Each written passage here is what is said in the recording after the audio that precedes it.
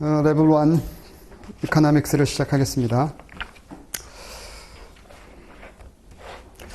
전체적으로 우리가 공부해야 될 내용은요, 여러분들 혹시 학교에서 경제학 수업을 들었던 분들은 우리나라는 경제학 원론이라고 하죠. 이 경제학 원론 수준 정도의 내용이라고 보시면 됩니다. 이 레벨 1에서 요구하는 것들이. 그래서 이미 학교에서 학습이 조금 이렇게 됐던 분들은 레벨 1 경제학이 어렵지가 않고요. 근데 의외로 또 경험 안 하신 분들이 가끔 이렇게 오시는 경우들이 있어가지고 이 경제학을 지금 이 강의가 처음이다라고 하신 분들은 굉장히 어렵습니다. 그러니까 이게 강의가 굉장히 스피디하게 진행이 되고 또 의외로 양이 많습니다, 이게. 그러다 보니까 주어진 시간이 짧기 때문에 이렇게 따라오기가 굉장히 힘겨울 수가 있으니까 힘겨운 표정을 저한테 보내주시면 돼요. 내가 이렇게 강의를 하는데 좀 이해가 안 간다 그러면 약간 이해가 안 되는 약간 짜증 섞인 표정을 지어주시면 이해를 지금 못하고 있구나 해가지고 제가 조금 더 자세하게 이렇게 또 설명해 드릴 수가 있으니까 모든 분들이 이렇게 수준이 이렇게 일정하지가 않다 보니까 어쩔 수가 없거든요. 자, 그러면 전체적으로 우리가 공부해야 될 내용이 먼저 마이크로 이코노믹 파트가 있고요. 그 다음에 매크로 이코노믹 파트가 있죠. 그 다음에 세 번째 주제가 인터내셔널 이코노믹스 해가지고 이 국제경제학 파트 이렇게 구성되어 있어요. 그리고 인터내셔널은 두 가지로 다시 인터내셔널 트레이드가 있고요. 그 다음에 인터내셔널 파이낸스가 있는 거죠, 이렇게. 그리고 여기서 이거는 가장 기본이 되는 거니까 그렇고, 이쪽에서 보시면 인터내셔널 쪽 보시면은 인터내셔널 이 파이낸스가 원래 이게 나중에 여러분들 레벨 2 올라가시면 인터내셔널 파이낸스가 우리 레벨 2 경제학의 거의 60%예요. 그러니까 이거는 어차피 레벨 2하고도 연계되어 있기 때문에 약간 레벨 1에서 약간 맛을 보고 와라라는 의미인 것 같아요. 그래서 레벨 1에서 조금 맛보고 레벨 2에 가서 좀 굉장히 많은 학습을 하고 이렇게. 그러니까 중요성이 1차 레벨 1 시험에서도 중요하겠지만 레벨 2 올라가서도 중요하니까 레벨 1 공부하실 때 조금 심혈을 기울여 두시면 레벨 2 올라가시면 훨씬 더 수월하겠죠. 그런 측면이 있고요.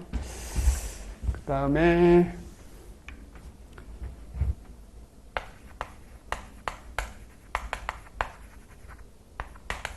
이 경제를 구성하는 단위가 있는데요. 그게 세 파트가 있죠. 먼저 household라고 하는 가게가 있고요. 그 다음에 firm, 그 다음 마지막으로 이 government가 있는 거죠. 이렇게. 그랬을 때 이 가게는 경제 내에서 주로 소비 활동을 하고 있죠. 그래서 이 가게 구성원들을 얘기할 때 우리가 컨슈머다 이렇게. 그 다음에 기업은 생산 활동을 담당하죠. 그래서 기업의 구성원들을 얘기할 때는 우리가 프로듀서 이렇게. 그러면 이코노믹 액티비티 자체가 이 경제 활동이라는 것 자체가 소비 및 생산 활동을 말하는 거니까 소비의 주체가 있고 생산의 주체가 있으니까 이 자체로서도 하나의 경제가 형성이 되는 거예요. 그래서 요 가게와 기업만으로 구성되어 있는 경제를 우리가 일컬을 때 이런 용어들을 기억하십시오. private economy라 그래요. 또는 이 economy란 말 대신에 private sector 이렇게. 그래서 우리나라 책들에서는 민간 경제 또는 민간 부문 이렇게 이런 표현을 쓰는 거죠. 이 government는 이게 public sector죠. 공공부문, public. 이 민간 경제를 컨트롤하기 위해서 등장하게 된 거란 말이에요.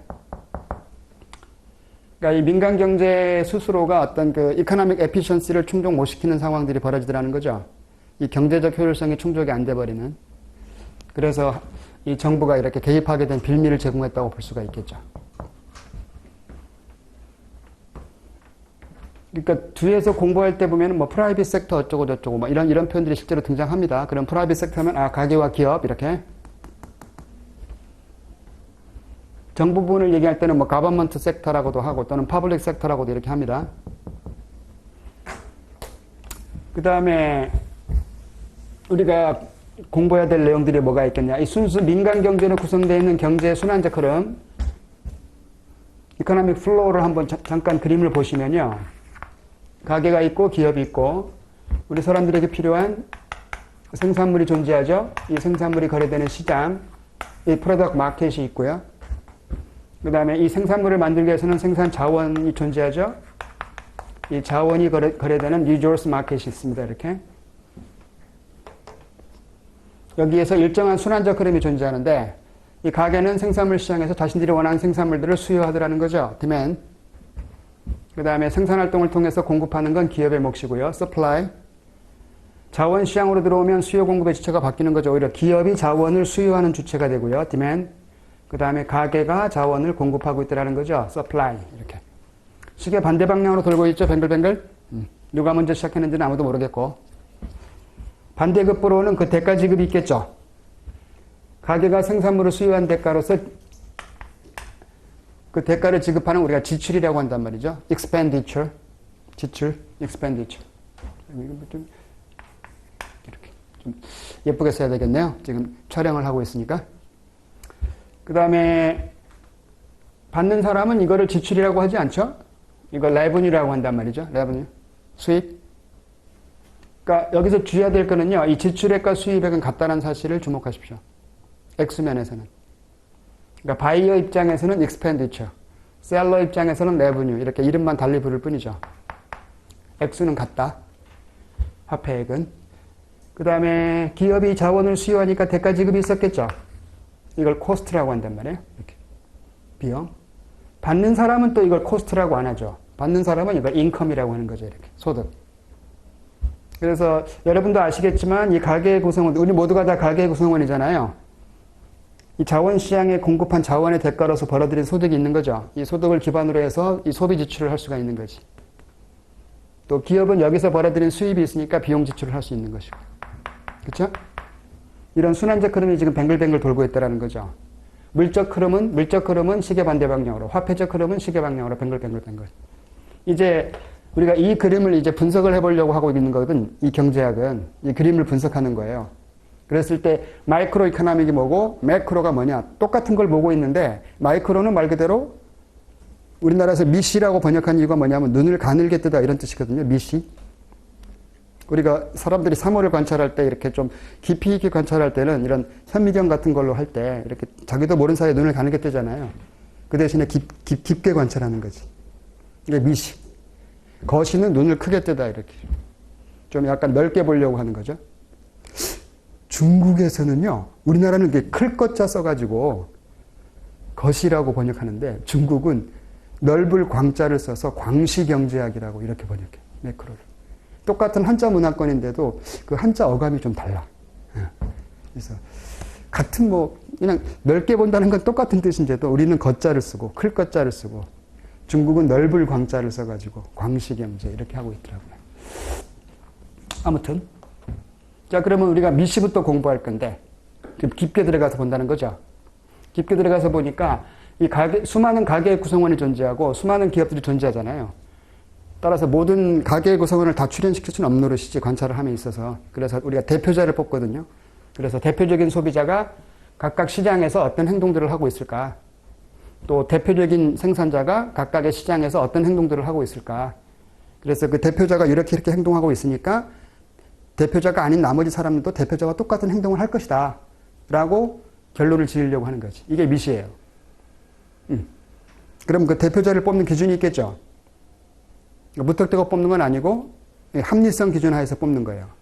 수많은 소비자 중에서 합리적으로 행동하는 소비자. 합리적으로 행동하는 생산자. 이렇게. 그러니까 합리적으로 행동한다는 것은 굉장히 정 깊게 행동하는 게 아니에요. 이해타산적으로 행동한다는 뜻입니다. 이 합리적이라는 것은. 절대 손해를 보려고 하지 않는다. 나의 이익을 추구한다. 이렇게.